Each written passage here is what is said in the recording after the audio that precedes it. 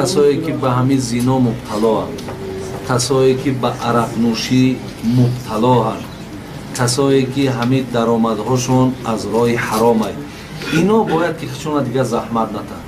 شریعت به نام پروردگار به یاد تماما یگان ذره به اینا احتیاج نداره.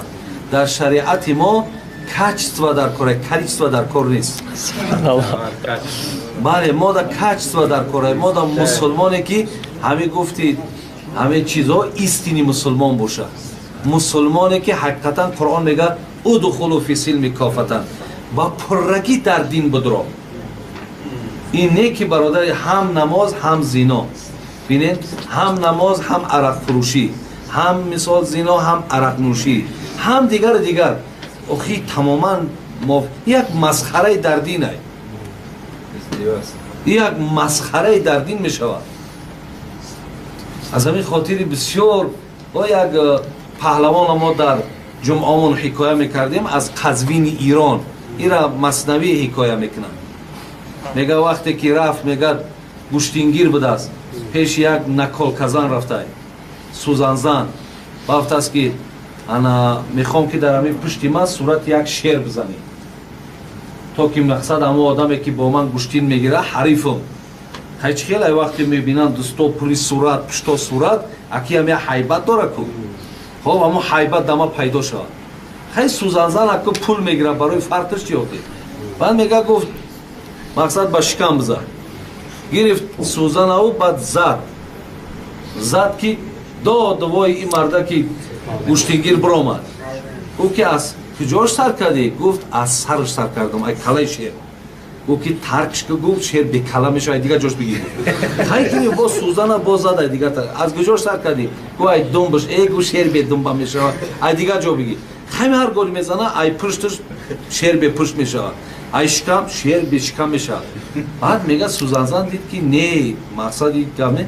بعد میگه بر زمین زد سوزناندم اوستا، گفت در عالم کسی را این فتاد، شیر بیگوش و سر و اشکم کی دید، این چونین شیر خدا کی آفرید. خب این مقصد ای یکمشی خیلی شیرها نیست. بعد گفت چون نداری طاقتی سوزن زدن، از چونین شیری جیان پس دم مزن. وقتی طاقتی سوزن نداری ای شیر گب نزد، یعنی طاقت دین نداری، طاقت اسلام نداری. مسلمی مقصد شمی ای ایتری نزن مثال جرجی که من مسلمانم. مسلمان کسی است که تمام فرموده خدا را تابع می شود. برای او برادری عزیز حرام ها حرام است، حلال ها حلال است. نداری طاقت همین را در کار نیست، برای زنا میکنی، برای مقصد چی بدبختی که میکنی کردن بگیر. جهنم خدا کلان پگه همه ما و شما پیش خدا میریم، پیش الله مهربان در راست میشیم برای این بدبختی هامان. ببین چهار میگه انسان روز قیامت قدمش از قبرش میگه یک قدم زدن نمیتوند تا 4 سوال جواب نگه. یکی از امونو چیه؟ یک من عمری فیم افنا، خدا میپرسش چند سال حیات دادم؟ 60 سال یا 70 سال یا 50 سال. فیم افنا، عمرت در چی صرف کردی؟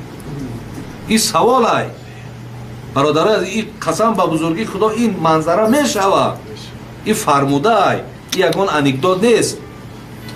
فیم افنا، عمرت در چی صرف کردی؟ خب این را که میگوی که باید بگوی همه را کود در کجا صرف کردی، چه خیل کردی، همه اینها را پیش خدا میگوی. و بعد همین عیب نیست، خجالت نیست که بگوی پروردگار را خیلی مقصد من همین خیل زنا کردم، من عرق نوشیدم، من فلان کردم. این بسیار برای تو دیگر اونجا هیچ دستگیری برای تو دیگر نیست برادر عزیز.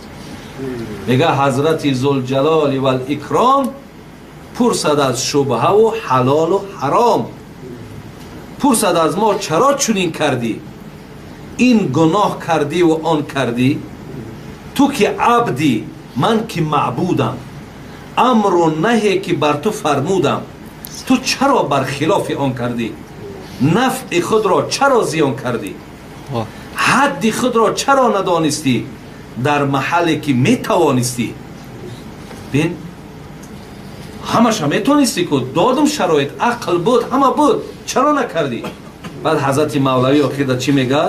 غیر شرمندگی چیروی جواب، وای آن دم بجان قطره آب.